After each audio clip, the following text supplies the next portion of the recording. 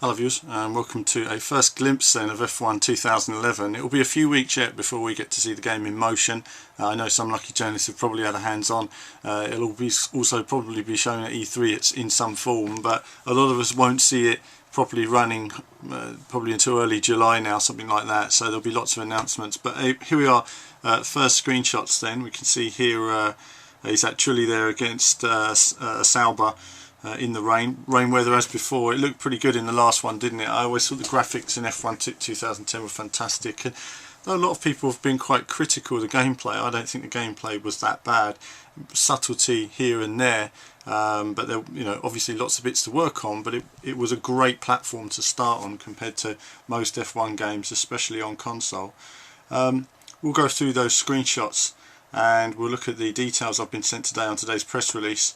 So they're talking about a lot to do with multiplayer now, 16 player races online with 8 AI drivers, which sounds fantastic. The potential online is amazing. If you've got friends who want to drive nice and clean, you do need to be responsible with your driving, and one of my old online videos showed just how difficult it is to drive clean on F1 2010. And there's also a co-op feature now, so you can compete with a friend as you go through the game. That sounds interesting. I like the idea behind that. Of course, they refer to the 2 new circuits this year.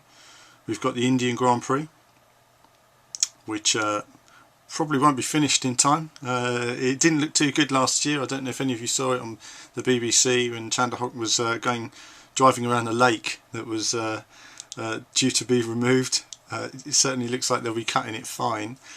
Whether we have Bahrain this year as well. So we've got and the Nürburgring, so that's interesting. Now I don't know what they mean by Nürburgring. Are they talking about the extended one? Because the F1 Nürburgring was in there anyway, so let's just wait and see on that. So 2 new circuits they're talking about. Of course, the same with the slogan, be the driver, live the life. So they're going to be talking about a new Parc Fermé area now, an expanded paddock and new pit lane, celebration and reaction cinematics. So, we can get to see Lewis, doing his Ali G impression, and lots of fun there as well. That'll be fantastic. It'd be good if you could even do your own interviews, record them to YouTube, something U-Star style. So again, a similar sort of career to before, but much more extensive now, much more enveloping, getting you into the world of F1. So you can't speak your mind, okay? That's one thing that's important. Remember the sponsors. And of course it's going to have all the fully licensed details, all the drivers and bits and bobs in there as well. So screenshots you've been looking at, all looking pretty cool so far. We've got some nice wet weather action in there, as ever, looking good. Lots to build on from last year. Let's roll on F1 2011, and I'll bring you all the news as it becomes available. You can expect a little bit more next week as well, hopefully, fingers crossed. But that's it for now. See you soon.